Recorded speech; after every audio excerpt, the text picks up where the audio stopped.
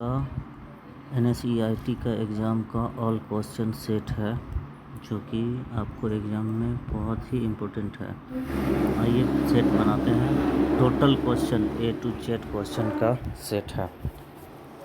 पहला क्वेश्चन है, आधार अधिनियम 2016 को पारित करके निम्नलिखित में से किसने UIDAI की स्थापना की थी? इसका सही आंसर है भारत सरकार। दूसरा क्वेश्चन है, UIDAI इलेक्ट्रॉनिक और सुप्रो मंत्रालय के तहत वैधानिक प्राधिकरण के रूप में कब स्थापित किया गया? इसका सही आंसर है 12 जुलाई। नेक्स्ट क्वेश्चन है, UID जारी करने के लिए कौन सा संगठन जिम्मेदार है? इसका आंसर है UIDAI। चौथा क्वेश्चन, UIDAI क्यों बनाया गया था? तो UIDAI इसलिए बनाया गया था डुप्लीकेट और नकली पहचान को ख़त्म करने के लिए, मजबूत तकनीक प्रदान करने के लिए और ऐसे पहचान प्रदान करने के लिए एक आसान, लागत प्रभावी तरीके से सत्यापित और प्रमाणित किया जा सकता है। 1 और 2 इसका दोनों सही है। अगला क्वेश्चन देखिए, आधार नामांकन अद्यतन विनियम 2016 सरकारी राजपत्रित में कब प्रकाशित हुआ था? इसका आंसर है 12 सितंबर 2017। अगला क्वेश्चन है, आधार नामांकन अद्यतन प्रक्रिया से आपका क्या मतलब है? इसका आंसर है, आधार अधिनियम के तहत ऐसे व्यक्ति को आधार संख्या जारी करने के उद्देश्य से नामांकन एजेंसियों द्वारा व्यक्तियों से जनसांख्यिकी और बायोमेट्रिक जानकारी एकत्रित करने की प्रक्रिया। इसका आंसर है ये वाला। अगला क्वेश्चन देखिए, आधार सृजन के लिए जनसांख्यिकी और बायोमेट्रिक दोनों के निवासी डेटा को कैप्चर करने की प्रक्रिया क्या है? नामांकन है। अगला क्वेश्चन देखिए, नामांकन एजेंसी के द्वारा व्यक्तियों को नामांकन करने के उद्देश्य से प्राधिकरण द्वारा प्रकाशित या मान्यता प्राप्त कोई संस्था है? इसका आंसर है रजिस्ट्रार। अगला क्वेश्चन है, व्यक्तियों को नामांकित करने के उद्देश्य से रजिस्ट्रार द्वारा नियुक्त कोई संस्था है? नामांकन एजेंसी। 10 नंबर का क्वेश्चन, सत्यापनकर्ता प्रमाणकर्ता नामांकन केंद्रों पर दस्तावेजों के सत्यापन के लिए द्वारा नियुक्त कार्मिक है रजिस्ट्रार। डैश नामांकन एजेंसी के द्वारा व्यक्तियों को नामांकन करने के उद्देश्य से प्राधिकरण द्वारा प्रकाशित या मान्यता प्राप्त कोई संस्था है? रजिस्ट्रार है। 9 नंबर का क्वेश्चन, डैश व्यक्तियों को नामांकित करने के उद्देश्य से रजिस्ट्रार द्वारा नियुक्त कोई संस्था है?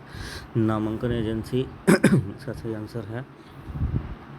सत्यापनकर्ता प्रमाणकर्ता नामांकन केंद्रों पर दस्तावेजों के सत्यापन के लिए डैश द्वारा नियुक्त कार्मिक है रजिस्ट्रार। डैश वह संस्था है जहां प्रमाणित ऑपरेटर पर्यवेक्षक द्वारा आधार नामांकन अद्यतन का कार्य किया जाता है। नामांकन केंद्र पर डैश नामांकन केंद्रों पर नामांकन अद्यतन की प्रक्रिया निष्पादित करने के लिए नामांकन एजेंसियों द्वारा नियोजित एक प्रमाणित कर्मचारी है नामांकन पर्यवेक्षक, मतलब इनरोलमेंट ऑपरेटर, इनरोलमेंट सुपरवाइजर होगा। निम्नलिखित में से कौन सुनिश्चित करता है कि केवल प्रशिक्षित और प्रमाणित व्यक्ति नामांकन अद्यतन प्रक्रिया का संचालन करते हैं? इसका आंसर है नामांकन एजेंसी। वीडियो बहुत लंबा होगा इसलिए थोड़ा फास्ट में वीडियो रिकॉर्ड कर रहे हैं, और एक लाइक कर दीजिएगा और चैनल को सब्सक्राइब जरूर करिएगा। अगला क्वेश्चन है, डैश ऑपरेटर पर्यवेक्षक की भूमिका के लिए प्रमाणन परीक्षण आयोजित करने के लिए जिम्मेदार है परीक्षण और प्रमाण एजेंसी। डैश एक व्यक्ति है जो रजिस्ट्रार और प्राधिकरण के साथ पंजीकृत है, जो किसी ऐसे व्यक्ति की पहचान की पुष्टि करता है जिसके पास कोई वैध POI और POA नहीं है। इसका आंसर है परिचयकर्ता। अगर किसी के पास प्रमाण पत्र नहीं है तो कोई अपना आधार नंबर दे करके परिचयकर्ता बन करके, जो इंग्लिश में इंट्रोड्यूसर बोलते हैं, उस करके आधार बना सकते हैं। आधार नामांकन अपडेट कौन कर सकता है? एक व्यक्ति जो आधार नामांकन करने के लिए आवेदन की तिथि से 12 महीना में 182 दिन या उससे अधिक की अवधि से भारत में रह रहा हो को ऐसा कोई भी व्यक्ति होगा करा सकता है। नामांकन में पहचान संख्या मतलब इनरोलमेंट आईडी, नामांकन के समय निवासियों को आवंटित एक संख्या मिलता है जो कि कितना अंक का रहता है, वो 28 डिजिट का रहता है। निवासी एक व्यक्ति है जो आधार नामांकन अद्यतन के लिए आवेदन की तारीख से 12 महीने में 182 दिन या उससे अधिक की अवधि में भारत में रह रहा हो। इसका आंसर है निवासी अपनी आधार संबंधित शिकायतों समस्याओं के लिए निम्नलिखित में से किन नंबरों पर संपर्क करेगा। 1947 पे आधार विशिष्ट है क्योंकि दो निवासियों के पास एक जैसी आधार संख्या नहीं होगी। अगला क्वेश्चन, निम्नलिखित में से कौन सा नामांकन सेटअप का घटक नहीं है। बम डिटेक्टर। ये टोटल क्वेश्चन देख लेने के बाद इसी में से क्वेश्चन आएगा। इनमें से कौन सा आधार के बारे में सही है। आधार सफल प्रमाणीकरण के द्वारा निवासियों की पहचान को सक्षम बनाता है। निवासी की विशिष्ट पहचान के लिए आधार निम्नलिखित में से किसका उपयोग करता है। निवासी का नाम और पता ये नहीं होगा। उंगलियों के निशान, आंखों की पुतली, ये दोनों होगा, 2 और 3 दोनों। डायरेक्ट मैं आंसर ही बता रहा हूँ आपको। दिए गए में से कौन सा आधार के बारे में सही है।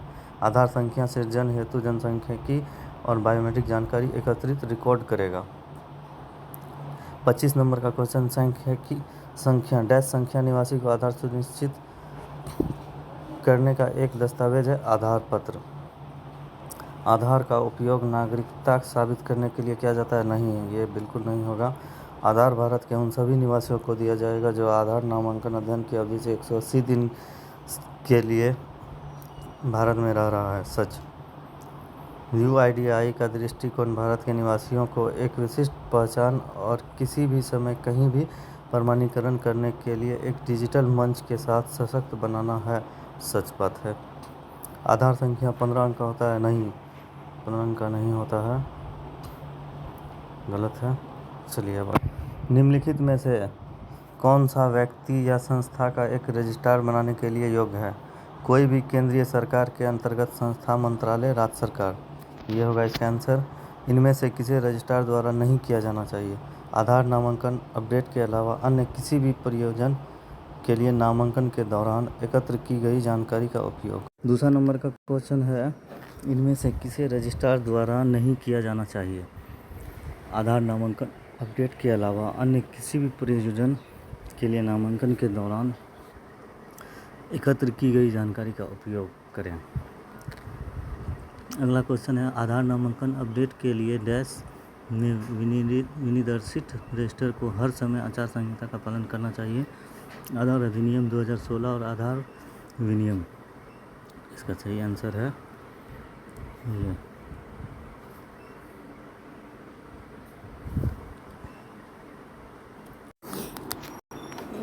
अगला क्वेश्चन, एजेंसियों के आवेदनों के मूल्यांकन करने के लिए निम्नलिखित में से कौन सा जिम्मेदार है और योग्य एजेंसी को नामांकन एजेंसी EA के रूप में सूचीबद्ध करता है। रजिस्ट्रार और UIDAI। इसका आंसर है, डायरेक्ट आंसर ही हम पढ़ते हैं क्वेश्चन और आंसर। रजिस्ट्रार की मूल्य जिम्मेदारी क्या है। इसका आंसर है उपरोक्त सभी। इसमें से आधार अधिनियम 2016, एनरोलिंग एजेंसी के किराए पर लें, संलग्न करें और इसके कामकाज की मॉनिटर करें। सुनिश्चित करें कि क्या नामांकन और अद्यतन संचालन करने के लिए उनके द्वारा नियोजित या नियुक्त कोई भी नामांकन एजेंसी और या व्यक्ति प्रमाणित है। उपरोक्त सभी। क्वेश्चन है, कौन सा व्यक्ति या संस्था निम्नलिखित में से बीच एक नामांकन एजेंसी बनने के लिए पात्र है। कोई भी व्यक्ति रजिस्ट्रार UIDAI द्वारा निर्दिष्ट RFI में नामांकन एजेंसी के लिए उल्लिखित शर्त को पूरा करने वाला। अगला क्वेश्चन है, निम्नलिखित मानदंडों में से किस व्यक्ति को एक पर्यवेक्षक की भूमिका के लिए योग्य होने के लिए अर्हता प्राप्त होना अनिवार्य है। पहला नंबर होगा 18 वर्ष और उसके ऊपर होनी चाहिए, ये भी सही है। दूसरा 10+2 पास होना चाहिए मिनिमम, कम से कम। तीसरा आधार नंबर होना चाहिए।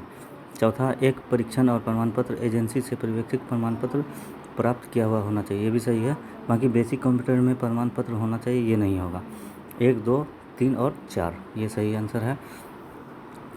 अगला क्वेश्चन ईए पर्यवेक्षक के रूप में उसके भूमिका शुरू करने से पहले निम्न में से एक व्यक्ति को क्या प्राप्त होना चाहिए? स्थानीय भाषा, कीबोर्ड और लिप्यंतरण में सहज होना चाहिए। अगला क्वेश्चन है निम्न में से कौन सा नामांकन केंद्र परीक्षण आधार ग्राहक के साथ लैपटॉप डेस्कटॉप की स्थापना के लिए जिम्मेदार है? ऑपरेटर पर्यवेक्षक। अगला क्वेश्चन देखिए, पर्यवेक्षक को नामांकन एजेंसी के पास आवश्यक दस्तावेजों के साथ अपना बोर्डिंग फॉर्म जमा करना होगा, जो बाद में इस फॉर्म को सत्यापन के लिए संबंधित डेस्क को प्रस्तुत करेगा। प्राधिकरण क्षेत्रीय कार्यालय इसका आंसर है। अगला क्वेश्चन, निम्नलिखित में से कौन सा ऑपरेटर पर्यवेक्षक ऑनबोर्डिंग के दौरान नामांकित उपयोगकर्ता के रूप में विचार योग्य है? इसका आंसर है ऑपरेटर या सुपरवाइजर जिसका बायोमेट्रिक सत्यापन सफलतापूर्वक पूरा हो चुका है और नामांकन क्लाइंट में संग्रहित है। अगला क्वेश्चन, परिचयकर्ता आधारित नामांकन के मामले में दी गई कौन सी अतिरिक्त जानकारी को एकत्र करना चाहिए? परिचयकर्ता के हस्ताक्षर, परिचयकर्ता का अंगूठे का निशान, परिचयकर्ता का आधार संख्या। दिए गए सभी विकल्प सही हैं। नामांकन केंद्र के प्रतिबंधन का हिस्सा होने के नाते निम्न में से एक पर्यवेक्षक को क्या करना चाहिए? दिए गए सभी विकल्प सही हैं। आधार क्लाइंट पर हर नामांकन पर साइन आउट करें। नए निवासियों जिन्होंने कभी नामांकन नहीं किया है का नामांकन सुनिश्चित करने के लिए आधार सुविधा खोजें का उपयोग करें। सुनिश्चित करें कि प्रत्येक आधार नामांकन पर्यवेक्षक यह भी सुनिश्चित करता है कि नामांकन स्टेशन प्रत्येक डेस्क में कम से कम एक बार समकालिक हो 10 दिन। इसका आंसर। अगला क्वेश्चन है, पर्यवेक्षक को निम्नलिखित में से कौन सा बैकअप सिंक और डेटा भेजने के लिए सुनिश्चित करना चाहिए? बाहरी हार्ड डिस्क पर दिन में 2 बार नामांकन डेटा का बैकअप लें। दूसरा नंबर, अपने व्यक्तिगत ईमेल आईडी पर दैनिक नामांकन विवरण भेजें। तीसरा नंबर, हर 10 दिन में कम से कम एक बार नामांकन स्टेशनों को सिंक करें।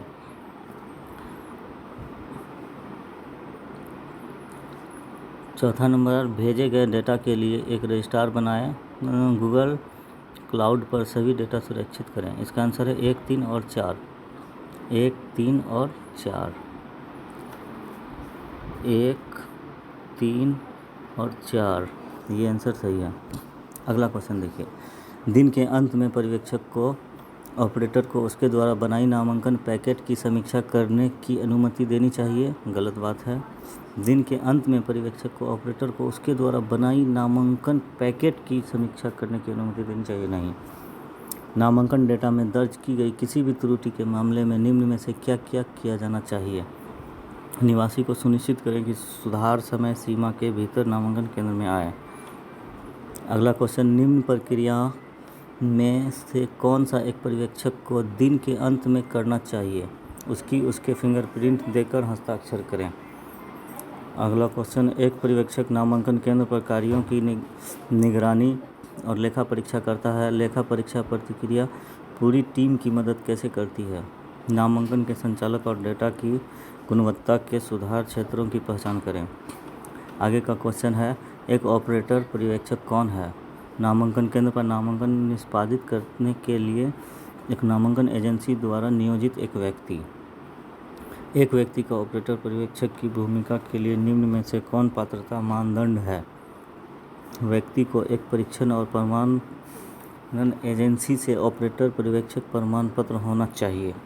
आगे का क्वेश्चन, निवासी के आधार नामांकन या अद्यतन फॉर्म की जांच करते समय एक ऑपरेटर पर्यवेक्षक को निम्न में से क्या सुनिश्चित करना चाहिए? सत्यापनकर्ता के हस्ताक्षर। अगला क्वेश्चन देखिए, ऑपरेटर को यह सुनिश्चित करना चाहिए कि उसके बायोमेट्रिक और आइरिस को कैप्चर करते समय निवासी की स्क्रीन बंद हो नहीं। अगला क्वेश्चन, ऑपरेटर को निवासी से कहना चाहिए कि जो डेटा दर्ज किया जा रहा है उसे जांच लें और उससे बंद करने से पहले निवासी के साथ जनसांख्यिकी डेटा की समीक्षा करनी चाहिए। सही बात है। आंगनवाड़ी आशा कार्यकर्ता के मामले में जो एक CLC ऑपरेटर बनना चाहता है उसके न्यूनतम योग्यता क्या होनी चाहिए? 10वीं पास। निम्नलिखित में से किसके पास ऑपरेटरों के ऑनबोर्डिंग की स्वीकार या अस्वीकार करने का अधिकार है? यूआईडीआई क्षेत्रीय कार्यालय के पास है।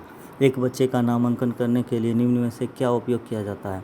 CLC tablet. अगला क्वेश्चन, निम्न में से आधार क्लाइंट सॉफ्टवेयर में एक सीएलसी ऑपरेटर जोड़ने के लिए क्या किया जाता है? ऑपरेटर के बायोमेट्रिक्स लें। अगला क्वेश्चन देखिए, सत्यापनकर्ता कौन है? व्यक्ति जो निवासी द्वारा प्रस्तुत दस्तावेज और नामांकन अपडेट फॉर्म की पुष्टि करता है। अगला क्वेश्चन, निम्नलिखित के बीच कौन सी अच्छी तरह से सत्यापनकर्ता की भूमिका के लिए उपयुक्त हैं? सेवानिवृत्त सरकारी अधिकारी। अगला क्वेश्चन, निवासी द्वारा प्रस्तुत निम्नलिखित दस्तावेजों में से कौन सा पीओए के रूप में सत्यापन प्रयोजन के लिए स्वीकार है? बिजली का बिल 3 महीने से अधिक पुराना ना हो। निवासी द्वारा प्रस्तुत निम्नलिखित दस्तावेजों में से कौन सा पीओए के रूप में सत्यापन प्रयोजन के लिए स्वीकार है? बिजली का बिल 3 महीना से पुराना ना हो। निम्नलिखित में से किसने सत्यापनकर्ता सत्यापन के लिए मना कर सकते हैं? 1 और 2 दोनों। यदि उसे पता चलता है कि दस्तावेज में विवरण बदले गए हैं, यदि प्रमाण पत्र की फोटोकॉपी प्रस्तुत किया जाता है, तो 1 और 2 दोनों सही है। पीओए के लिए निवासी के नाम डैश युक्त दस्तावेज की आवश्यकता है। Photo, proof of identity. अगला क्वेश्चन, एक निवासी ने आधार नामांकन के लिए आपसे संपर्क किया। पीओआई में निवासी का नाम चंद्र प्रसाद है, जबकि पीओए में यह चंद्रशेखर है। आप इस तरह के एक मामले में क्या करेंगे? आवेदन को अस्वीकार कर देंगे, क्योंकि दोनों में सेम नाम होना चाहिए। यदि नामांकनकर्ता द्वारा प्रस्तुत 2 दस्तावेजी प्रमाण में एक ही नाम में भिन्नता है, तो आप इस मामले में क्या करेंगे? पीओए दस्तावेज में दर्ज नाम को दर्ज करेंगे। सेम क्वेश्चन है, यदि नामांकनकर्ता द्वारा प्रस्तुत में दस्तावेजी प्रमाण में एक ही नाम में भिन्नता है, तो आप इस मामले में क्या करेंगे? पीओए दस्तावेज में दर्ज नाम को दर्ज करेंगे। ऑपरेटर को ऑपरेटर की भूमिका लेने से पहले निम्न में से क्या करना चाहिए? प्राधिकरण की वेबसाइट पर उपलब्ध आधार नामांकन पर अपडेट और प्रमाणित प्रशिक्षण सामग्री पढ़ें। अगला क्वेश्चन, पर्यवेक्षक यह सुनिश्चित करें कि नामांकन केंद्र के कर्मचारी निर्धारित शुल्क के अलावा कोई भी अतिरिक्त पैसे के लिए ना कहें। सही बात है। अगला क्वेश्चन, उपक्रमों बैंकों सहित कोई भी सेवानिवृत्त अधिकारी दोनों में से सरकार और सार्वजनिक क्षेत्र डैश के रूप में डैश के रैंक से नीचे नहीं हो कि प्रमाणक के रूप में तैनात किया जाए, ग्रुप सी के लेवल के हों। अगला क्वेश्चन, निम्नलिखित जानकारी के मदों में से कौन सा केवल रिकॉर्ड के लिए एकत्र किया जाता है और कोई सत्यापन नहीं किया जाता? वयस्कों के मामले में माता पिता के बारे में जानकारी। अगला क्वेश्चन, निम्न में से परिवार के मुखिया और परिवार के सदस्यों के बीच संबंध स्थापित करने के लिए क्या किया जाना चाहिए? पीओआर दस्तावेज सत्यापित करें।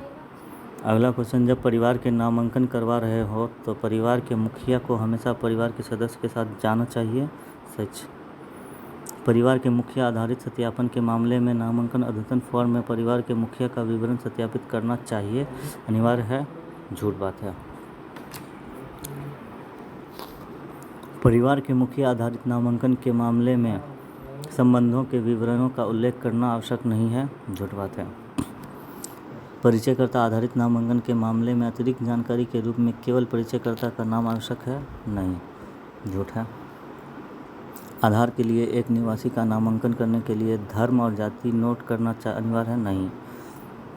अगला क्वेश्चन, परिवार के मुखिया आधारित नामांकन के मामले में परिवार के मुखिया के आधार नंबर को उसके आधार पत्र के निमित्त सत्यापित किया जाना चाहिए। सच बात है। आवासीय पता एक अतिरिक्त जनसांख्यिकी जानकारी है जो नामांकन के लिए आवश्यक है। झूठ बात है।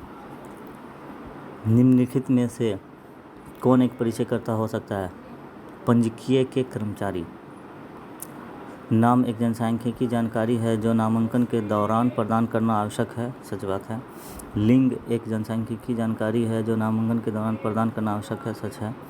ऑपरेटर को निवासी का मोबाइल नंबर अनिवार्य रूप से लेना चाहिए और उसे पंजीकरण प्रारूप में दर्ज करना चाहिए? नहीं, गलत बात है।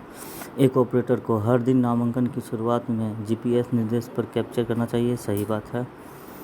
5 साल से कम उम्र के बच्चों के अलावा नामांकन के गुजरने वाले सभी व्यक्तियों से निम्न में से कौन सी जनसांख्यिकी जानकारी एकत्र की जाएगी? नाम, जन्म, लिंग, जन्म तिथि, आवासीय पता।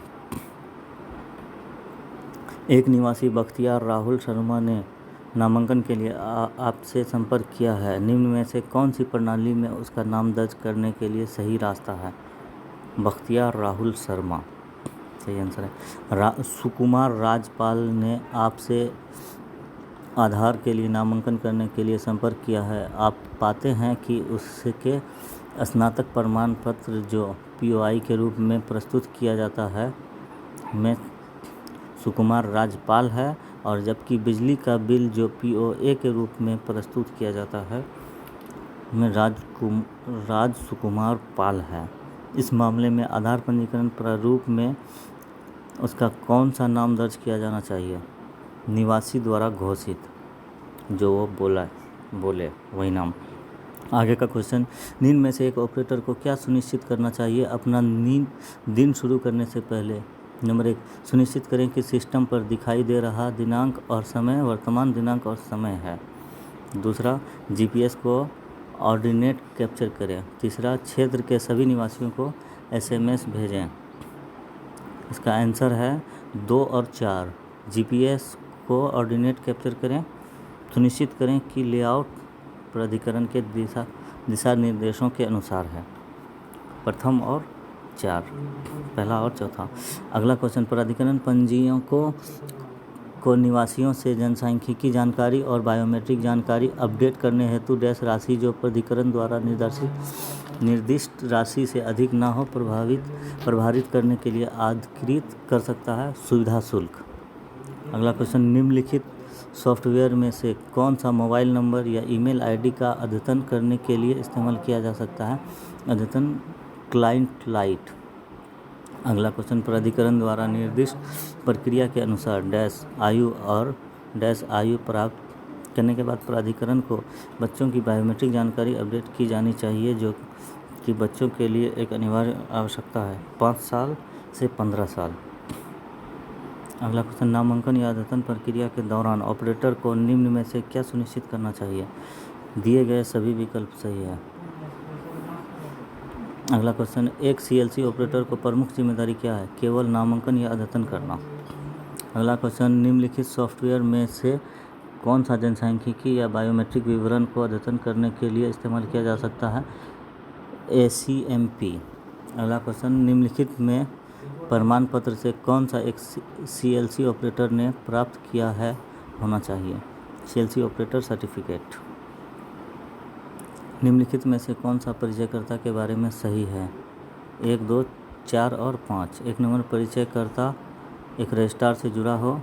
परिचयकर्ता का कोई आपराधिक रिकॉर्ड नहीं होना चाहिए, मतलब आपराधिक रिकॉर्ड नहीं होना चाहिए। उसके बाद चौथा नंबर, परिचयकर्ता 18 वर्ष से अधिक होना चाहिए। 5वां नंबर, परिचयकर्ता केवल पंजीकृत के कार्य क्षेत्र में लोगों का परिचय करा सकते हैं। 1, 2, 4। दूसरा नंबर आंसर सही है। सत्यापनकर्ता के सुनिश्चित करना चाहिए कि पीओए दस्तावेज में अंकित नाम पीओआई दस्तावेज में अंकित नाम के साथ मेल खाता हो। सच है। किसका नाम केयर ऑफ जगह में दिया जाना चाहिए? परिवार के मुखिया का नाम। अगला क्वेश्चन है, बच्चे के नामांकन के समय निम्न में से क्या अनिवार्य है? माता पिता का आधार नंबर अनिवार्य रूप से डालना चाहिए HOF में, हेड ऑफ फैमिली। निम्न में से कौन सा परिचयकर्ता की तरफ से एक अस्वीकार कृत्य है? अपने पिता का प्रतिरूप करने के लिए निवासी की मदद करना। परिचयकर्ता को एक निवासी के नामांकन का समर्थन करने के लिए आधार क्लाइंट पर अपना बायोमेट्रिक उपलब्ध करना होगा। सच बात है। डैश नामांकन प्रक्रिया से संबंधित किसी भी कार्य के निर्वहन या जानकारी अपडेट करने के लिए समय समय पर प्राधिकरण द्वारा अन्य सेवा प्रदाताओं को नियुक्त या संलग्न किया जा सकता है। निवासी प्राधिकरण डैश उपलब्ध करेगा जिसका उपयोग कर रजिस्ट्रार एक सूचीबद्ध नामांकन एजेंसी को CIDR में भेज सकता है। नामांकन एजेंसी कोड। इन नियमों की अनुसूची 8 में उल्लेखित सेवा प्रदान के लिए नामांकन एजेंसी हमेशा आचार संहिता का पालन करेगी। यदि पहचानकर्ता परिचयकर्ता के रूप में काम करने के लिए तैयार हैं तो उसे आधार नामांकन सक्षम करने के उद्देश्य में एक परिचयकर्ता होने के लिए एक लिखित सहमति करना होगा। एक लिखित डैश की जगह पे होगा। रजिस्ट्रार क्षेत्र स्तर के क्रियान्वयन, निगरानी और लेख परीक्षा के लिए उत्तरदायी होगा। सच बात है।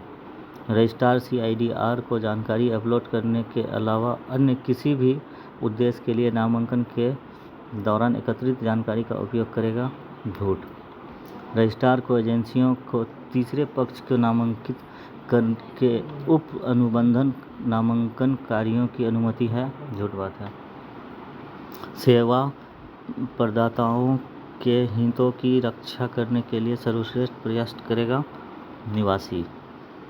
अगला क्वेश्चन, प्राधिकरण डैश के माध्यम से नामांकन एजेंसियों को सूचीबद्ध करेगा अपने RFE प्रक्रिया द्वारा। रजिस्ट्रार क्षेत्रीय स्तर की जनशक्ति को काम पर रखने के लिए की अनुमति दे सकते हैं तीसरे पक्ष के माध्यम से। सच बात है। प्राधिकरण नामांकन एजेंसी कोड उपलब्ध कराए गए जिसका प्रयोग से रजिस्ट्रार सूचीबद्ध नामांकन एजेंसी को डैश के लिए ऑनबोर्ड कर सकता है CIDR से। नामांकन एजेंसी CIDR को जानकारी अपलोड करने के अलावा अन्य किसी भी उद्देश्य के लिए नामांकन के दौरान एकत्रित जानकारी उपयोग कर सकते हैं। नहीं।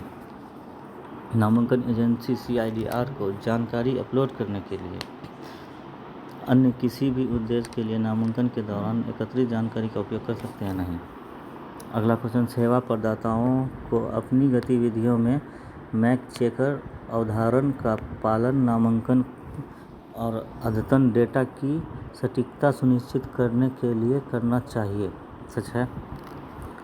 अगला क्वेश्चन, प्राधिकरण द्वारा रजिस्ट्रार नियुक्त किए जाएंगे डैश के माध्यम से भर के निवासी देश भर के निवासी के नामांकन और अद्यतन के लिए, और वह उन संस्थाओं को शामिल कर सकते हैं जो अपने कार्यक्रमों के कार्यान्वयन के सामान्य पाठ्यक्रम में निवासी के साथ बातचीत करते हैं।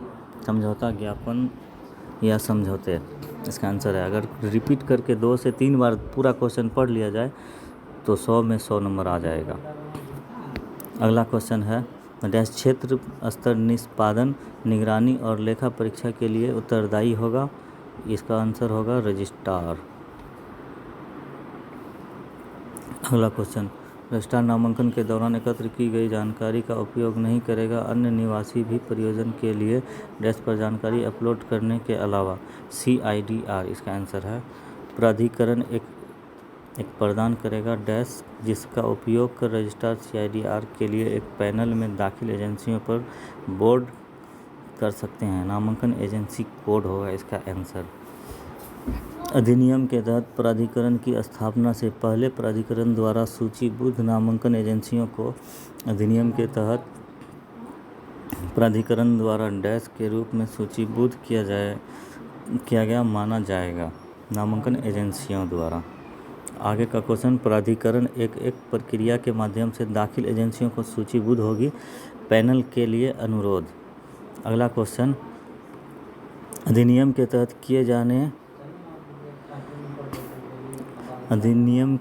किए जा सकने वाले कार्यों के प्रति पूर्वाग्रह के बिना किसी भी सेवा प्रदान या अन्य व्यक्ति द्वारा किसी भी अधिनियम, प्रक्रिया, मानक, दिशा निर्देश या आदेश का उल्लंघन इस तरह के सेवानिवृत्त प्रदाताओं की गतिविधियों डैश हो सकता है। इसका है तत्काल निलंबन।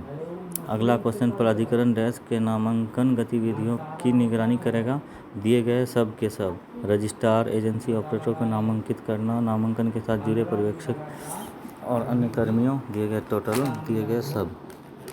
अगला क्वेश्चन है, डैश को प्राधिकरण द्वारा नियुक्त या संलग्न किया जा सकता है निवासी नामांकन प्रक्रिया से संबंधित समय समय पर किसी भी कार्य के निर्वहन और अपडेट करने के लिए। इसका आंसर है अन्य सेवा प्रदाताओं को।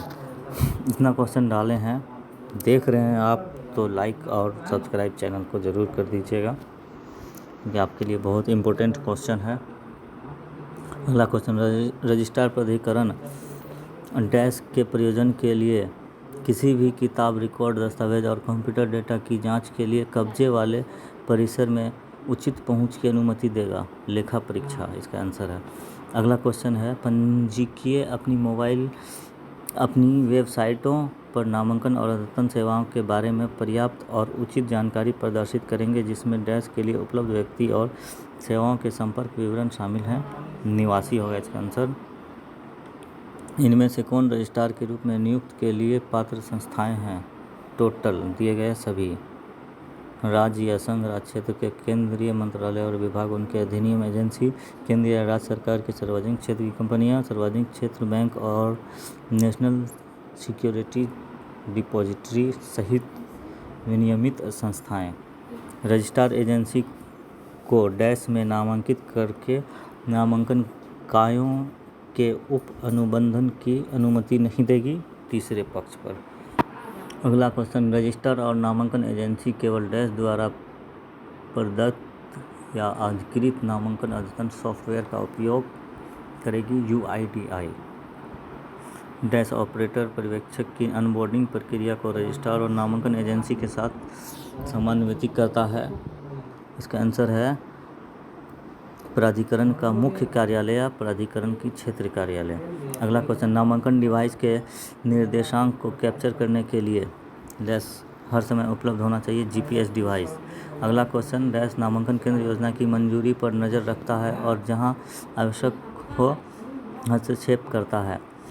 प्राधिकरण मुख्य कार्यालय या प्राधिकरण का क्षेत्रीय कार्यालय। अगला क्वेश्चन देखिए, नामांकन स्टेशन स्थापना योजनाओं की घोषणा करता है, यानी किसी भी नामांकन केंद्र खोलने से पहले केंद्र कब और कहां स्थापित जाएंगे। नामांकन एजेंसी डैश को यह सुनिश्चित करने और साबित करने की आवश्यकता है कि जिन्हें सक्रिय ऑपरेटर आवश्यक मशीनों और हार्डवेयर को नामांकन केंद्र पर उपलब्ध करा दिया जाए।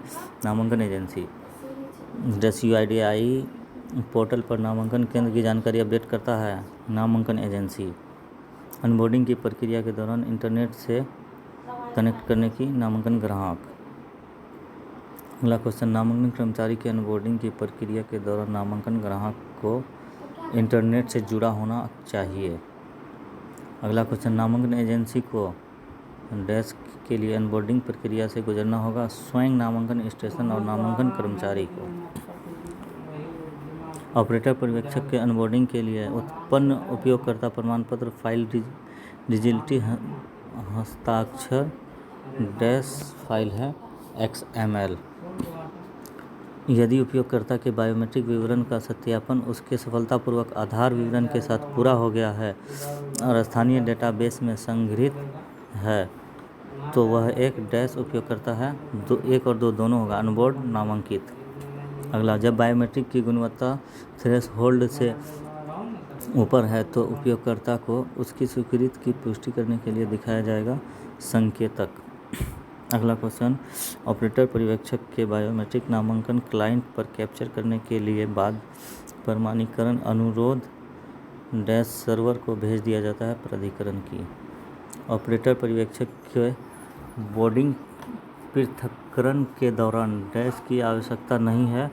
बायोमेट्रिक पुष्टि CIDR के साथ ऑपरेटर पर्यवेक्षक की बायोमेट्रिक के सफल सत्यापन के पश्चात ही उपयोगकर्ता डैश को आगे बढ़ने की अनुमति होगी। ऑनबोर्डिंग के बाद प्राधिकरण का मुख्यालय या प्राधिकरण क्षेत्रीय कार्यालय नामांकन स्टाफ की ऑनबोर्डिंग प्रक्रिया डैश के साथ समन्वय करते हैं।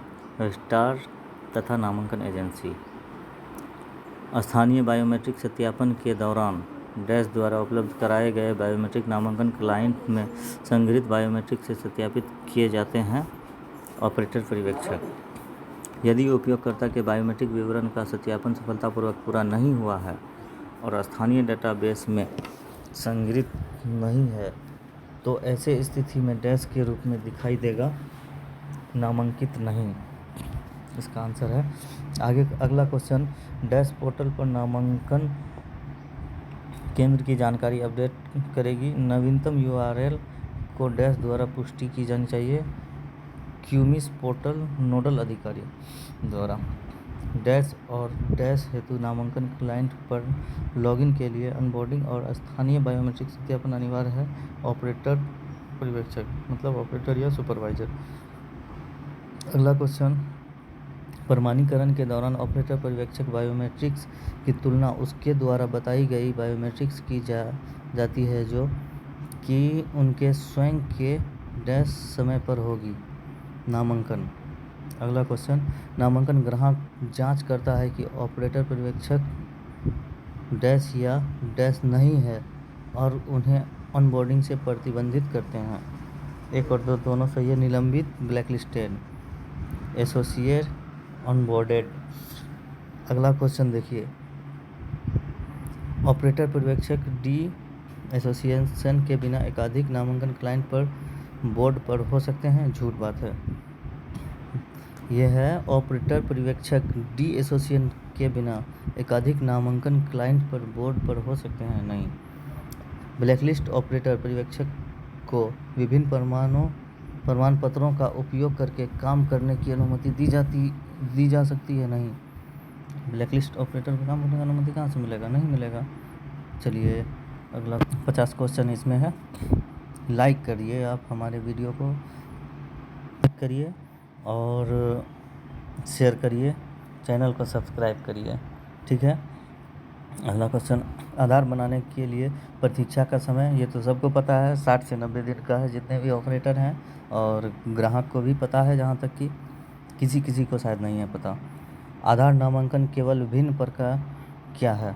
दस्तावेज आधारित, परिचयकर्ता आधारित, परिवार के मुखिया पर आधारित एवं बाल नामांकन। सही है। आधार नामांकन के लिए निवासी द्वारा कौन सा फॉर्म भरे जाने की जरूरत है? इनरोलमेंट फॉर्म, मतलब आधार नामांकन सुधार फॉर्म। अगला क्वेश्चन, विभिन्न आधार नंबर विभिन्न नामांकन के मामले में बनते हैं। नहीं, गलत है, झूठ है। आधार संख्या एक दिन में बन जाता है। नहीं। अगला क्वेश्चन, आधार नामांकन के बाद निवासी को पावती पर्ची दी जाती है। हाँ, EID नामांकन जो 28 डिजिट का होता है।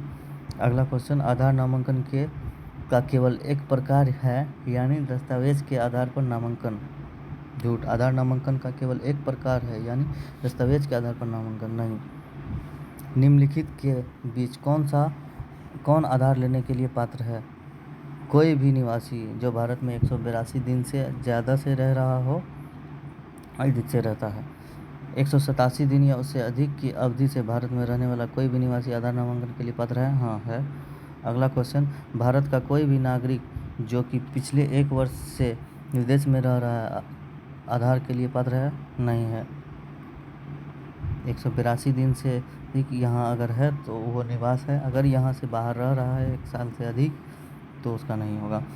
जल्दी मैं क्वेश्चन करा रहा हूँ क्योंकि बहुत क्वेश्चन है, 510 क्वेश्चन है, इसलिए टोटल वीडियो देख लीजिए 2 बार से 3 बार।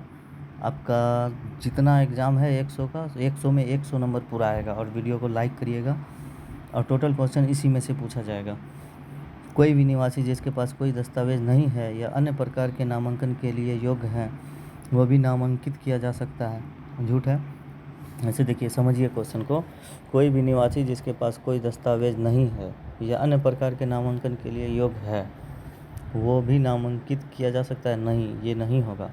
अगला क्वेश्चन, कई बार आधार जारी किए जाने के अलावा आधार संख्या समाप्त करने के कारण मामलों में निवासी को पुनः नामांकित करने की आवश्यकता होगी? हाँ, होगी। अगला क्वेश्चन, इनमें से कौन सा दस्तावेज आधारित नामांकन में अनिवार्य है? निवासी अपनी POA अनिवार्य है और POR वैकल्पिक प्रस्तुत करता है। यह है इसका आंसर। अगला क्वेश्चन देखिए, निम्नलिखित में से किस प्रकार के नामांकन में निवासी POI और POA और POR दस्तावेज जमा करता है? दस्तावेज के आधार पर नामांकन। अगला क्वेश्चन, परिचयकर्ता से संबंधित जानकारी में कौन सी चीज़ें परिचय आधारित नामांकन में कैप्चर की जाती है? 1, 2 और 4, 1, 2 और 5। जैसे देखिए, 1 नंबर में क्या है? परिचयकर्ता का नाम। दूसरा नंबर में परिचयकर्ता का आधार संख्या, और 5वां नंबर परिचयकर्ता की बायोमेट्रिक जानकारी, ये सब परिचयकर्ता का ही होगा। परिचयकर्ता से संबंधित जानकारी में कौन सी चीज़ें परिचय आधारित नामांकन में कैप्चर की जाएगी? परिचयकर्ता का नाम, परिचयकर्ता का आधार नंबर, परिचयकर्ता का बायोमेट्रिक। एक देखिए बता रहा हूँ, एक तो ये हो गया, दूसरा ये हो गया, तीसरा ये हो गया, ये हो गया, इसका आंसर हो गया ये। ठीक है, अगला क्वेश्चन देखिए, परिचय आधारित नामांकन की सुविधा के लिए परिचयकर्ता कौन बन सकता है? 1 और 2 और 3, जैसे में हो गया रजिस्ट्रार के कर्मचारी, चुने हुए स्थानीय निकाय के सदस्य, स्थानीय प्रशासनिक निकायों के सदस्य, क ख ग घ। और तीसरा नंबर में हो गया प्रभावक जैसे शिक्षक, आंगनवाड़ी कार्यकर्ता, एनजीओ के प्रतिनिधि। ठीक है, 2 और 3।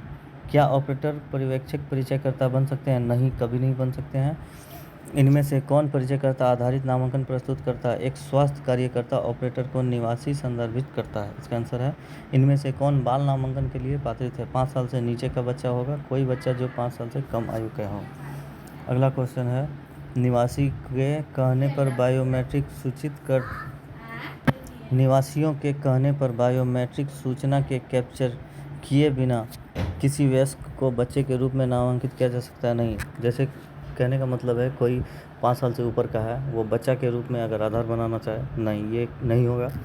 अगला क्वेश्चन, 5 वर्ष से कम आयु के बच्चों के सहित सभी व्यक्तियों के नामांकन के लिए बायोमेट्रिक जानकारी आवश्यक है? नहीं। आधार के लिए नामांकन करते समय निम्न में से कौन सी जानकारी की आवश्यकता नहीं है? जाति की।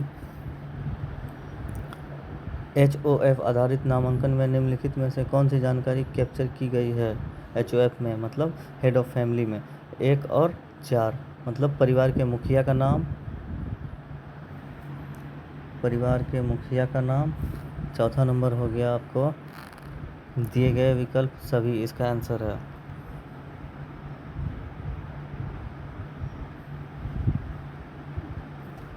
दिए गए विकल्प सभी है इसका आंसर। सभी है, दिए गए विकल्प सभी। परिवार के मुखिया का नाम, निवासी और परिवार के मुखिया के रिश्ते का प्रमाण, POR। तीसरा नंबर परिवार के मुखिया की आधार संख्या। चौथा नंबर नामांकन के समय परिवार के मुखिया की बायोमेट्रिक पुष्टि। नहीं, सही बात है, टोटल चीज़ लगेगा। अगला क्वेश्चन देखिए, परिवार के मुखिया आधारित नामांकन के लिए अनिवार्य दस्तावेज क्या है? 1 और 2 दोनों। जैसे देखिए यहाँ हो गया आपको निवासी और परिवार के प्रमुख संबंध, POR के प्रमाण। ठीक है, अगला क्वेश्चन देखिए, अगला आंसर है दूसरा 1 और 2। दूसरा में परिवार के मुखिया का आधार संख्या, ये भी लगेगा। अगला क्वेश्चन देखिए, बाल नामांकन के लिए अनिवार्य दस्तावेज क्या है? दिए गए विकल्प सभी। जैसे में हो गया जन्म की तारीख, माता पिता में से किसी एक का आधार संख्या, बच्चे और माता पिता से संबंध प्रमाण पत्र। ठीक है, बाल नामांकन के मामले में नामांकन फॉर्म में किस पते का उल्लेख किया जाएगा? बच्चे के माता पिता का पता, जबकि हॉस्पिटल का एड्रेस नहीं रहेगा, क्योंकि प्रमाण पत्र में हॉस्पिटल का एड्रेस रहता है, इसलिए। अगला क्वेश्चन, ऑपरेटर आधार नामांकन के लिए किस राशि की शुल्क ले सकता है? नहीं ले सकता है। नए नामांकन और अनिवार्य बायोमेट्रिक अध्ययन की गलत निवासी से चार्ज की जाती है, जो प्राधिकरण द्वारा निर्धारित राशि से अधिक राशि चार्ज करने के लिए ऑपरेटर पर्यवेक्षक के खिलाफ क्या कदम उठाएंगे?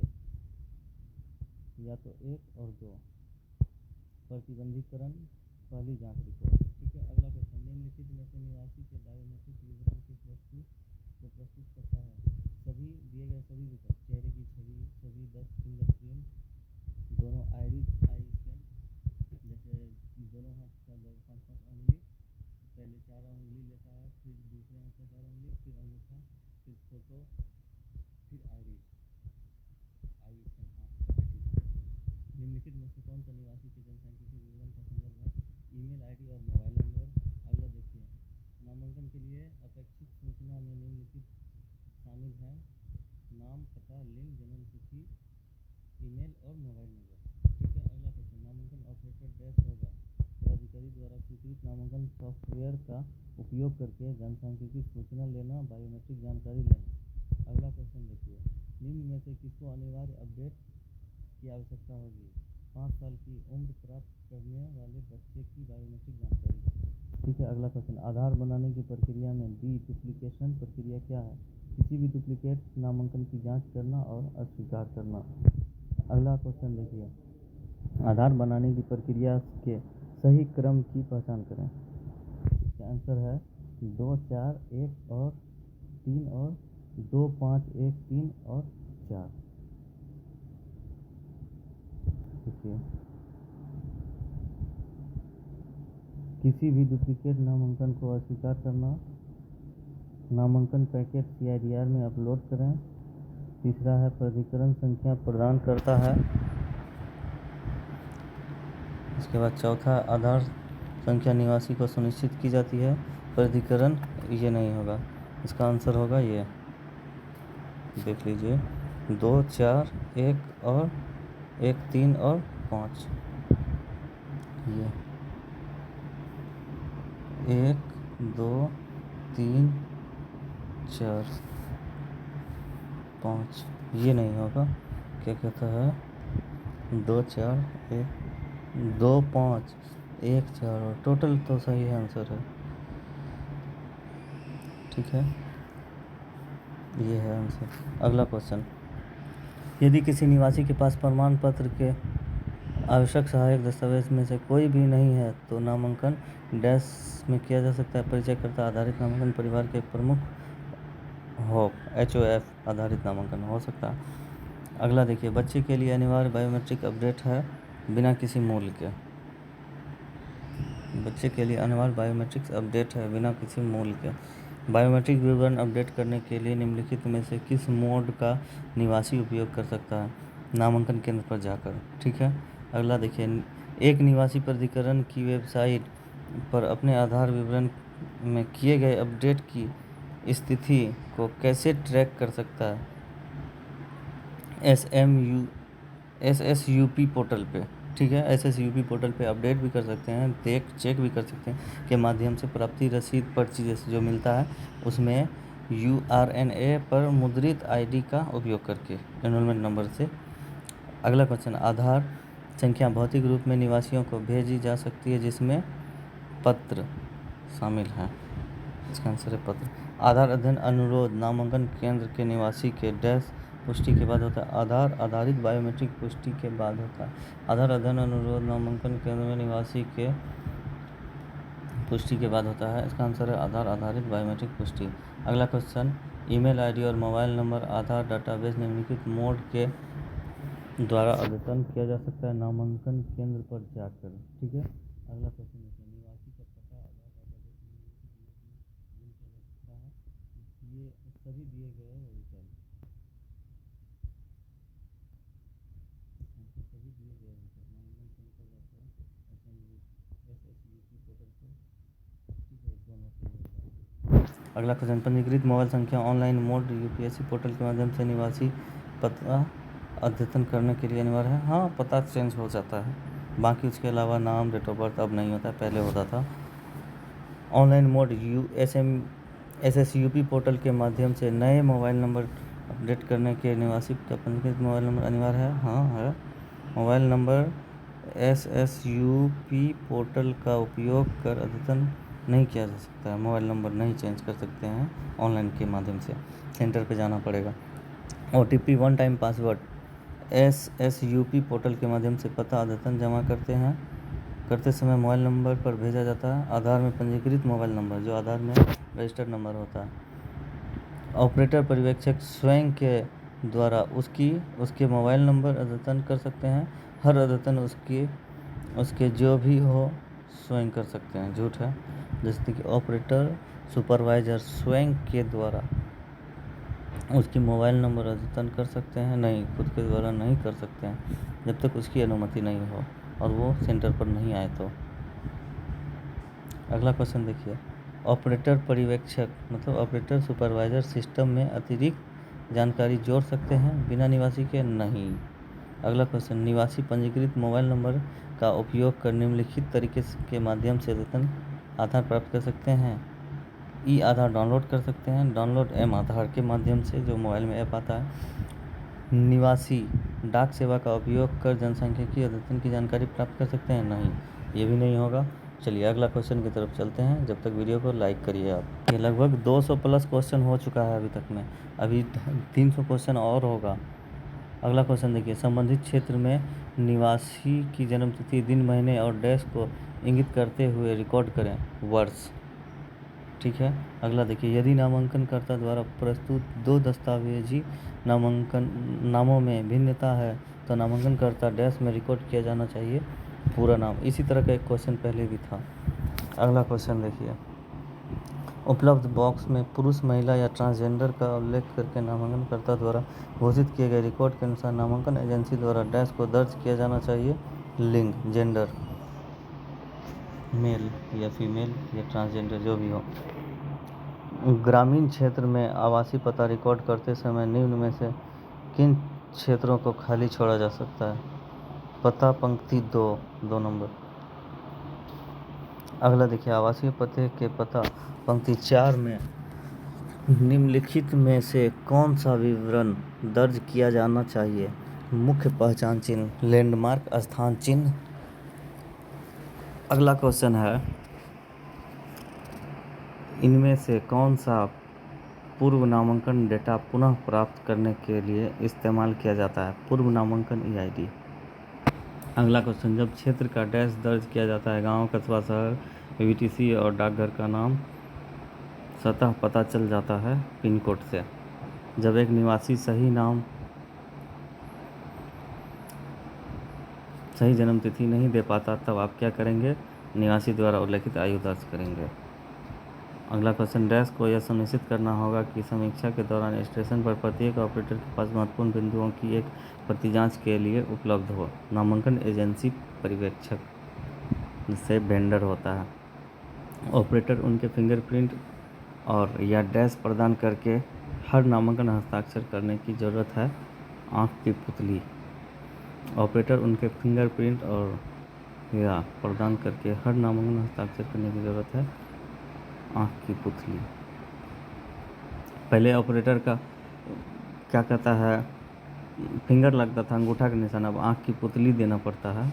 और लॉगिन करते समय और सबमिट करते समय क्या कहता है, फिंगर लगता है। या सिंक करते हैं तो उसमें भी क्या कहता है, फिंगर की जगह आइरिस लगता है ऑपरेटर का। निम्नलिखित में से कौन सा परिचयकर्ता आधारित सत्यापन के मामले में सक्रिय हो जाएगा? परिचयकर्ता या परिवार का मुखिया होगा। नामांकन एजेंसी को बायोमेट्रिक डाटा कैप्चर करने के लिए डैश द्वारा प्रमाणित बायोमेट्रिक डिवाइस का उपयोग करना चाहिए, STQC।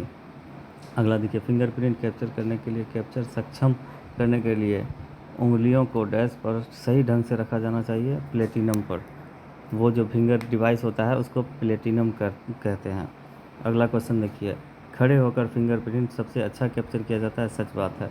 अगला देखिए, चेहरे की छवि लेने के लिए नामांकनकर्ता की डैश लेनी चाहिए, ललाट मुद्रा। अगला देखिए, मानव ऑपरेटर के लिए डैश के साथ चेहरे की छवियों का विश्लेषण और पहचान करना मुश्किल है खराब रोशनी में। ठीक है, ये सब याद कर लीजिएगा, बहुत इंपॉर्टेंट क्वेश्चन है और इसी से एग्जाम में पूछबे करेगा, दूसरा कोई नहीं है। यदि व्यक्ति आमतौर पर चश्मा पहनता है तो यह सिफारिश की जाती है कि तस्वीर डैश ली जाएगी, चश्मे के साथ लिया जाएगा, ज़्यादातर पहनता है तो। ठीक है, अगला क्वेश्चन देखिए, चेहरे की छवि को कैप्चर करते समय चेहरे के किसी भी हिस्से को छुपाने वाला सामान का उपयोग करने की, इसका आंसर है छुपाने वाले सामान का उपयोग करने की। आइरिस कैप्चर करने के लिए, ठीक है, डैश कैप्चर डिवाइस को समलोग ऑपरेटर, इसका आंसर है आइरिस कैप्चर करने के लिए कैप्चर डिवाइस को समलोग संभालेगा ऑपरेटर। अगला क्वेश्चन देखिए, आइरिस कैप्चर प्रक्रिया डैश प्रकाश के प्रति संवेदनशील है, परिवेशी, इसका आंसर होगा परिवेशी। चेहरे की छवि को कैप्चर करते समय धार्मिक कारणों से डैश जैसे सहायक साधन रखने की अनुमति है, पगड़ी, उसके अलावा और कुछ नहीं कर सकते हैं फ़ोटो लेते समय में। अगला क्वेश्चन, फिंगरप्रिंट कैप्चर करने के लिए फिंगरप्रिंट डिवाइस पर उंगलियों की स्थिति के लिए डैश का उपयोग करें, संकेतक का।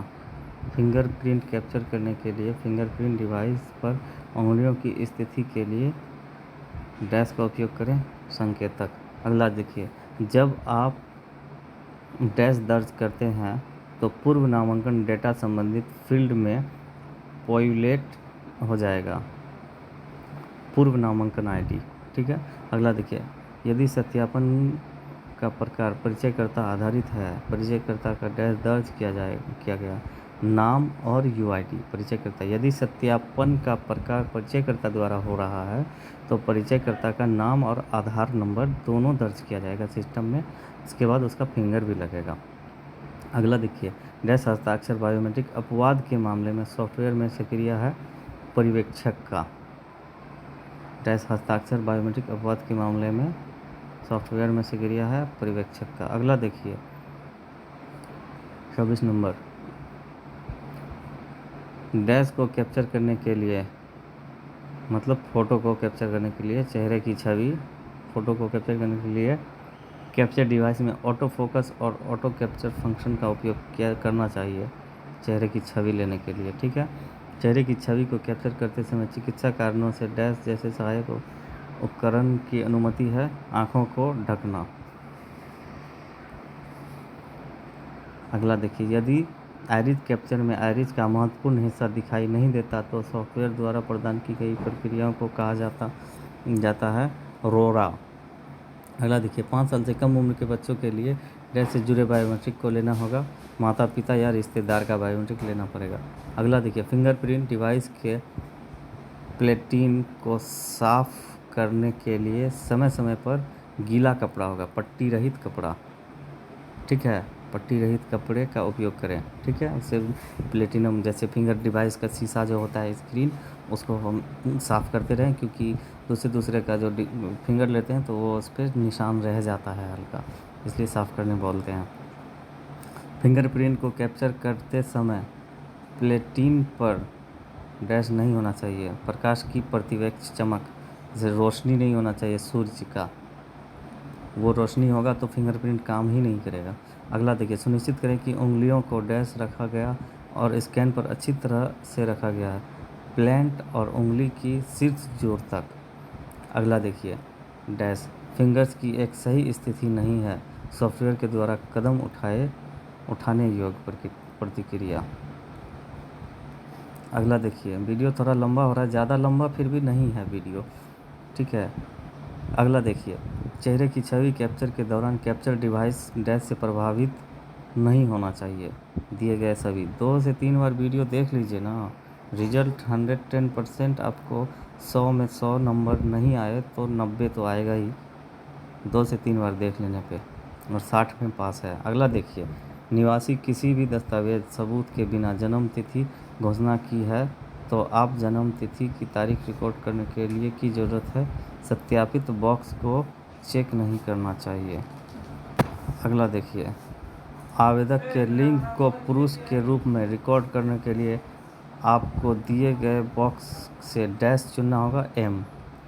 जैसे जेंडर में कोई देता है, अगर कोई जेंट्स है तो जेंडर में एम मतलब मेल हो गया, एफ मतलब फीमेल हो गया, टी मतलब ट्रांसजेंडर हो गया।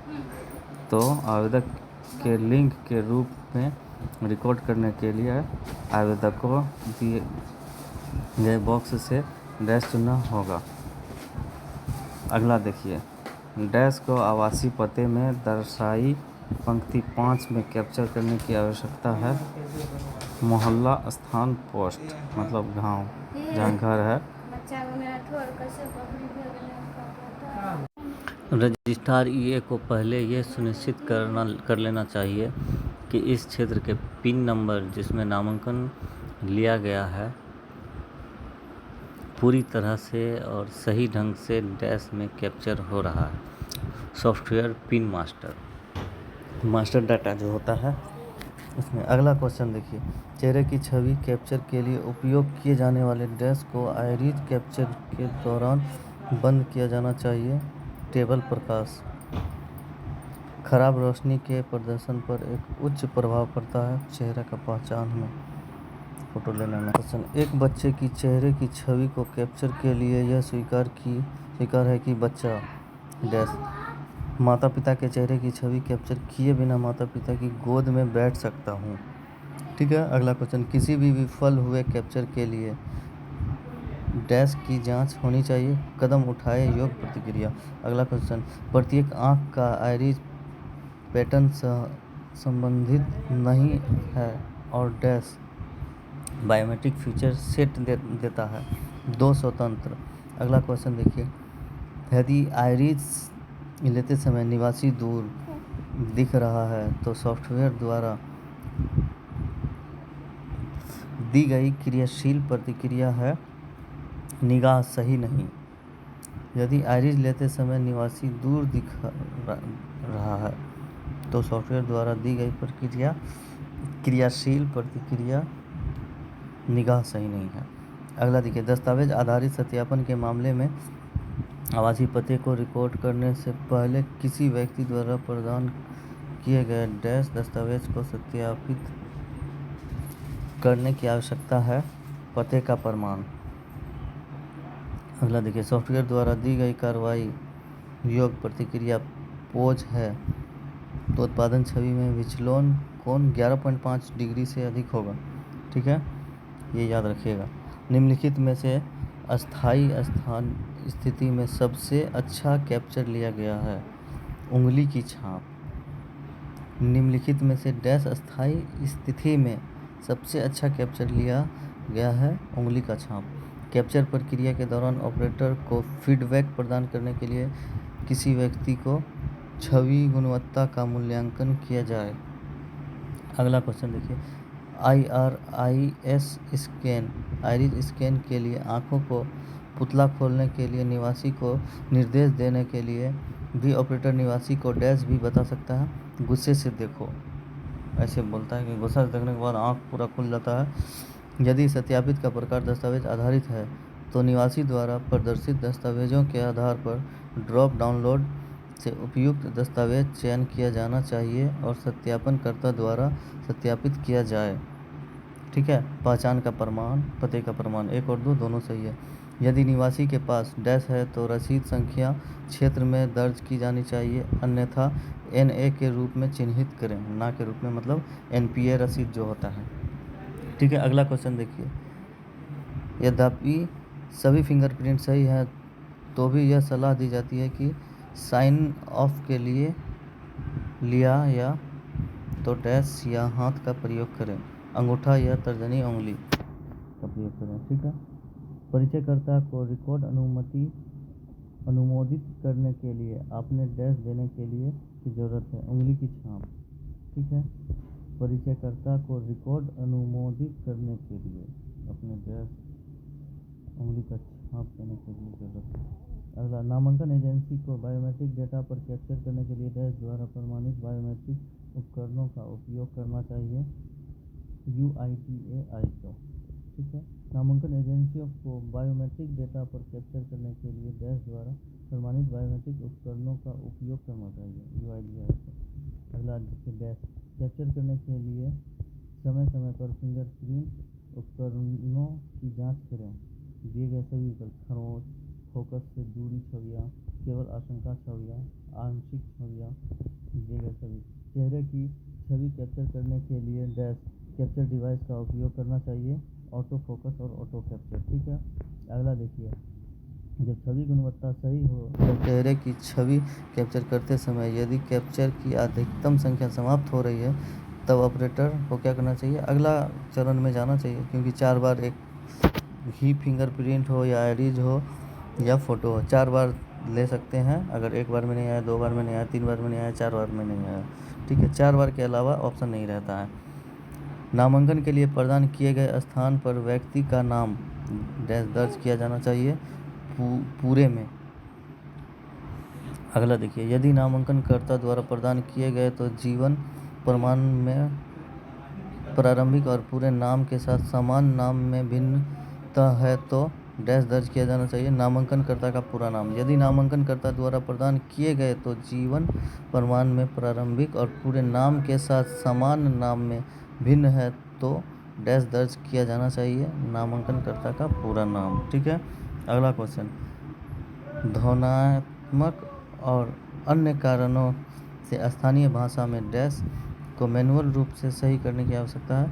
लिपंतरण धनात्मक और अन्य कारणों से स्थानीय भाषा में डैश को सही करने की आवश्यकता है। लिपंतरण निवासी के साथ नामांकन डेटा की समीक्षा के दौरान ऑपरेटर नामांकन समाप्त करने से पहले निवासी को डैश को पढ़ना होगा। दिए गए सभी निवासी के नाम की वर्तमान जन्म तिथि, पता, एजेंसी, पिन कोड, वीटीसी राज्य शामिल हो। अगला क्वेश्चन ये नामांकन के लिए प्रदान किए गए स्थान पर व्यक्ति का नाम डैश दर्ज किया जाना चाहिए पूरे में। यदि नामांकनकर्ता द्वारा प्रदान किए गए तो जीवन प्रमाण में प्रारंभिक और पूरे नाम के साथ समान नाम में भिन्नता है तो डैश दर्ज किया जाना चाहिए नामांकनकर्ता का पूरा नाम। ठीक है, ये क्वेश्चन 1-2 क्वेश्चन दोबारा हो गया है। ठीक है, तो कुछ काम था बीच में इसलिए मैं ध्यान से उतर गया। अगला क्वेश्चन देखिए, धनात्मक और अन्य कारणों से स्थानीय भाषा में डैश को मैनुअल रूप से सही करने की आवश्यकता है।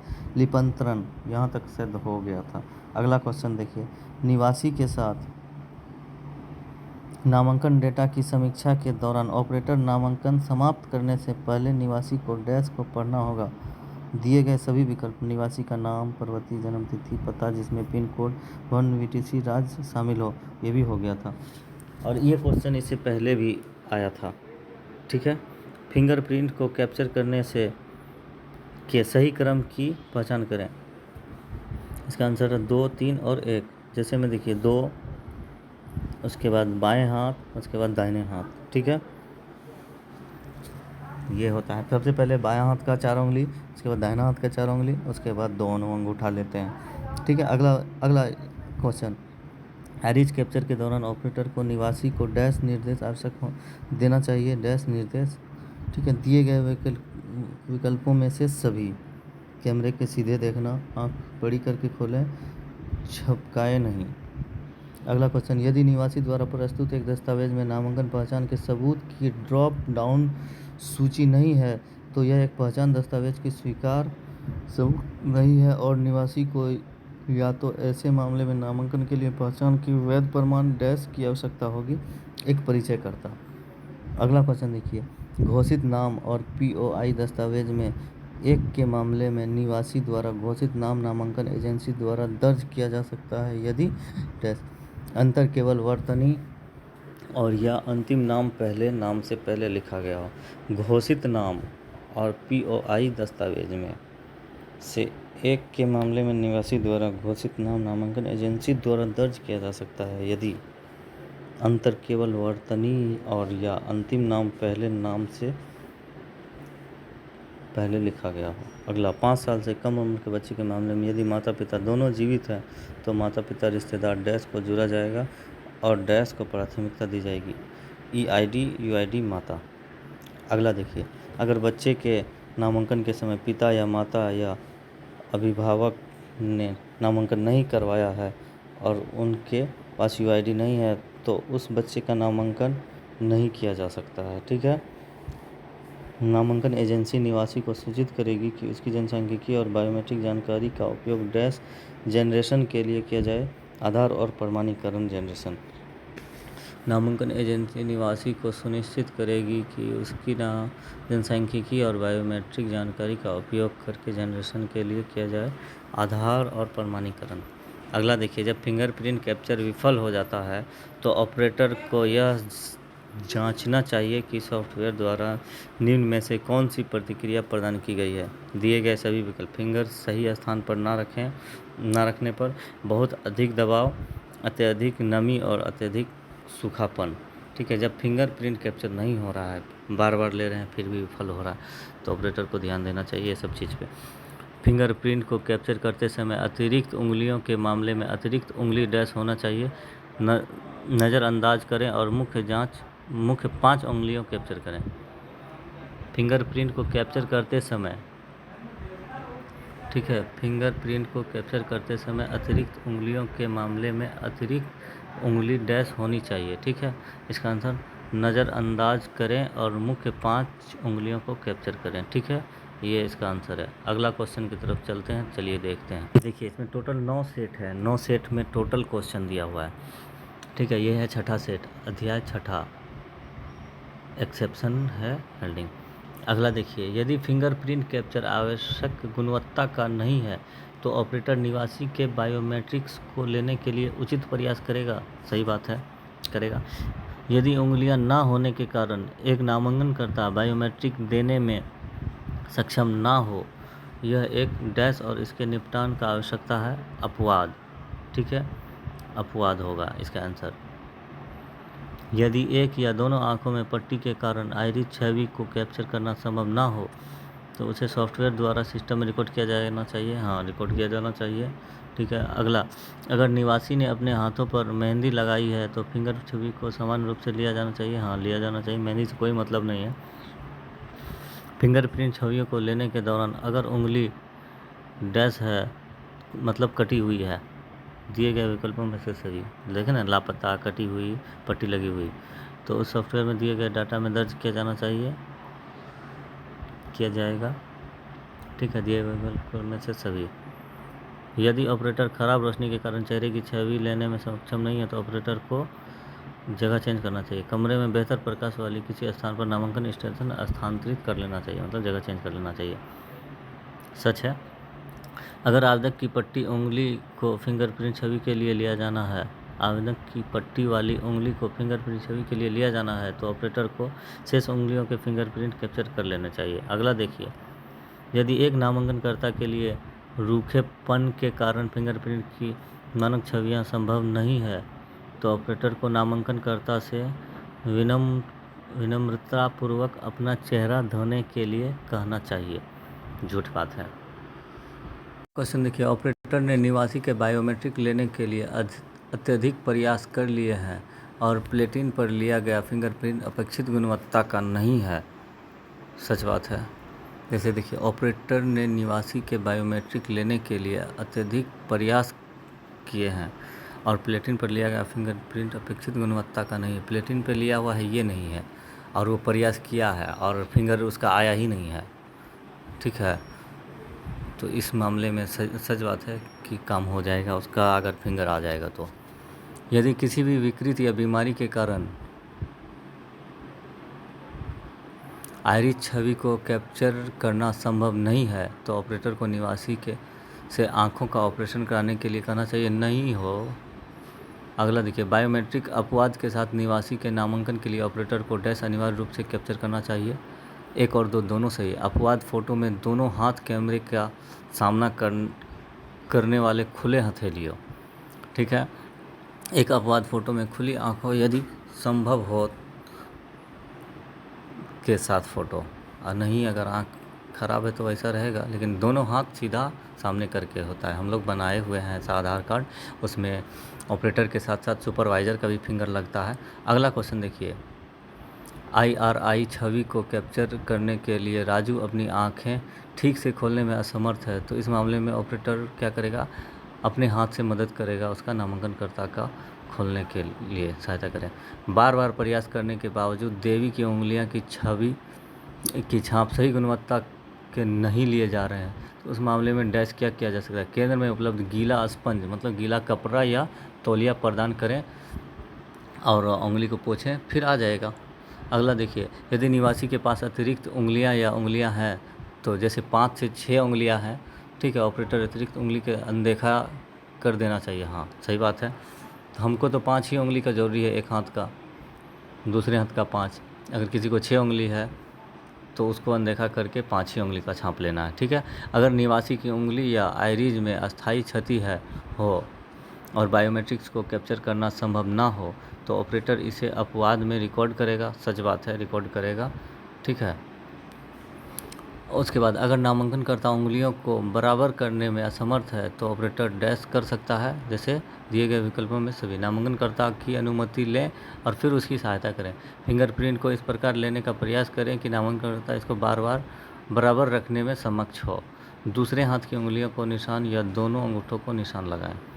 अगला, यदि नामांकनकर्ता डैश के कारण बायोमेट्रिक देने में असमर्थ है तो यह अपवाद है और इस प्रकार इसे संभालने की आवश्यकता है। क्वेश्चन ऐसा घुमा के दिया गया है जो कि कंफ्यूज हो जाएगा आदमी। दिए गए विकल्पों में सभी। चोट, उंगलियों का हाथ का विशेषण, आंखों से संबंधित समस्याएं। ठीक है, क्या कह रहा है? यदि नामांकनकर्ता डैश के कारण बायोमेट्रिक देने में असमर्थ है ठीक है, कोई चोट लगा हुआ है या कटा है या जला है या घिसा हुआ है या आँख का ऑपरेशन किया हुआ है तो इसके लिए ये क्वेश्चन है। अगर नामांकनकर्ता की केवल एक आँख है और आइरिस छवि के कैप्चर करना संभव नहीं है तो ऑपरेटर को डैश करना चाहिए, इसे प्रणाली में दर्ज करना चाहिए, सिस्टम में दर्ज कर लेना चाहिए। ठीक है, नामांकन केंद्र पर किसी भी जनसांख्यिकीय अध्ययन के लिए फिंगरप्रिंट, आइरिस और फोटोग्राफ की बायोमेट्रिक पुष्टि अनिवार्य है। सच बात है। यदि ऑपरेटर संकिट या विचलित आंखों के कारण एक समय में दोनों आंखों को लेने में सक्षम नहीं है तो ऑपरेटर आइरिस छवि को पुनः प्राप्त कर सकता है भाई। नामांकन के हाथ शुष्क हैं और वह उपकरणों पर उंगलियों के निशान लेने में असमर्थ हैं तो ऑपरेटर डैश कर सकते हैं। 1 और 2 दोनों सही। नामांकनकर्ता और विनम्रता के साथ धोने के लिए कहें। विनम्रता में नामांकनकर्ता को एक सूती कपड़े के साथ हाथ साफ करने के लिए कहें। अगला देखिए, यदि एक या दोनों आँखों के अभाव में आइरिस छवि लेना संभव नहीं है तो ऑपरेटर को इसे प्रणाली में रिकॉर्ड करना चाहिए। सही बात है, करना चाहिए। यदि एक या दोनों आँखों के अभाव में आइरिस छवि लेना संभव नहीं है तो ऑपरेटर को इसे प्रणाली में रिकॉर्ड करना चाहिए। सच बात है। अगला देखिए क्वेश्चन, यदि नामांकनकर्ता की उंगलियां कटी हुई है तो निम्न में से क्या किया जा सकता है? ऑपरेटर द्वारा शेष उंगलियों के निशान ले सकता है। अगला देखिए, यदि नामांकनकर्ता बुढ़ापे की वजह से सही स्थिति में बैठने में असमर्थ है तो यह एक सामान्य अपवाद है। सच बात है। यदि लिए गए फिंगरप्रिंट्स अपेक्षित गुणवत्ता के नहीं हैं तो ऑपरेटर छवि को काट सकता है। झूठ बात है। यदि नामांकनकर्ता UIDAI द्वारा आवश्यक बायोमेट्रिक्स का पूरा सेट देने में सक्षम नहीं है तो उन कारणों का अपवाद माना जाता है। सच बात है। अगर किसी निवासी की अतिरिक्त उंगली होती है तो अतिरिक्त उंगली को लेने से बचने के लिए ऑपरेटर को फिंगरप्रिंट कैप्चर में निवासी की सहायता करने में आवश्यकता होती है। सच बात है। यदि प्लेटन पर लिया गया डैश अपेक्षित गुणवत्ता का नहीं है तो ऑपरेटर निवासी के बायोमेट्रिक्स को लेने के लिए अधिक बार प्रयास करेगा। सही बात है। उंगली की छाप लेने के लिए यदि प्लेटन पर लिया गया अपेक्षित गुणवत्ता का नहीं है तो ऑपरेटर निवासी के बायोमेट्रिक्स को लेने के लिए अधिक बार प्रयास करेगा, उंगली का छाप लेने के लिए। यदि एक या दोनों आँखों के ना होने के कारण आइरिस छवि लेना संभव ना हो तो ऑपरेटर को डैश करना चाहिए, सिस्टम में इसे रिकॉर्ड करना चाहिए। ठीक है। यदि नामांकनकर्ता बुढ़ापे या बीमारी की वजह से बायोमेट्रिक उपकरणों या तस्वीर तक पहुंचने के लिए स्वयं को सही स्थिति में रखने के असमर्थ है तो यह फिंगरप्रिंट छवि कैप्चर करने के लिए एक अपवाद है। झूठ बात है, नहीं है अपवाद। यदि संकट या विचलित आँखों के कारण एक समय में दोनों आँखों को कैप्चर करना संभव नहीं है तो ऑपरेटर का प्रयास कर सकता है, हटा देना चाहिए। ठीक है। अगला देखिए, रामा देवी 42 वर्षीय दैनिक वेतनभोगी है। अपने बायोमेट्रिक डेटा एकत्र करते समय ऑपरेटर नोटिस करता है कि उसे फिंगरप्रिंट की गुणवत्ता पर्याप्त नहीं है। वह उसके फिंगरप्रिंट को लेने का बार बार प्रयास करता है लेकिन उसी परिणाम के सामना करना पड़ता है। उस स्थिति में क्या किया जा सकता है? ऑपरेटर रामा देवी की उंगलियों को दबाव देने के लिए महिला ऑपरेटर या स्वयंसेवकों से कह सकता है। ठीक है। वीरा 50 वर्षीय बुजुर्ग है। बीमारी के कारण वह बायोमेट्रिक उपकरणों तक पहुंचने या तस्वीर के लिए सही मुद्रा में खुद को रखने की स्थिति में नहीं था। ऑपरेटर वीरा के बायोमेट्रिक डेटा कैप्चर कैसे कर सकते हैं? ऑपरेटर उपकरण नामांकनकर्ता के करीब ले जा सकते हैं। ठीक है। अगला देखिए, यदि निवासी की आइरिस या उंगली में अस्थायी क्षति हो और बायोमेट्रिक्स को कैप्चर करना संभव ना हो तो ऑपरेटर इसे अपवाद में रिकॉर्ड करेगा रिकॉर्ड। सच है। अनुषा को कल अपने चचेरे भाई की शादी में भाग लेने की ज़रूरत है और उसने अपने हाथों में मेहंदी लगाई हुई है। तो मेहंदी वाला क्वेश्चन तो इससे पहले भी आया था। ऑपरेटर अनुषा की फिंगरप्रिंट छवि को कैप्चर करने में कैसे सक्षम होगा? सामान्य रूप से, जैसे करता है सबका। ठीक है। यदि ऑपरेटर खराब प्रकाश की वजह से चेहरे की छवि कैप्चर करने में सक्षम नहीं है तो एक क्रियाशील प्रतिक्रिया है स्थिति को स्थानांतरण एक दिए गए सब के सब द्वारा संभल जाना चाहिए। प्रकाश व्यवस्था को सुधार लाए जनरेटर बैंक का उपयोग करना चाहिए। बेहतर प्रकाश वाले कमरे में जाना चाहिए। एक अपारदर्शी दीवार विभिन्न के माध्यम से, ठीक है। अगला देखिए, अगर निवासी की उंगली या आइरिस में अस्थायी क्षति हो और बायोमेट्रिक्स को कैप्चर करना संभव नहीं हो तो ऑपरेटर इसे डैश में रिकॉर्ड करेगा। अपवाद है।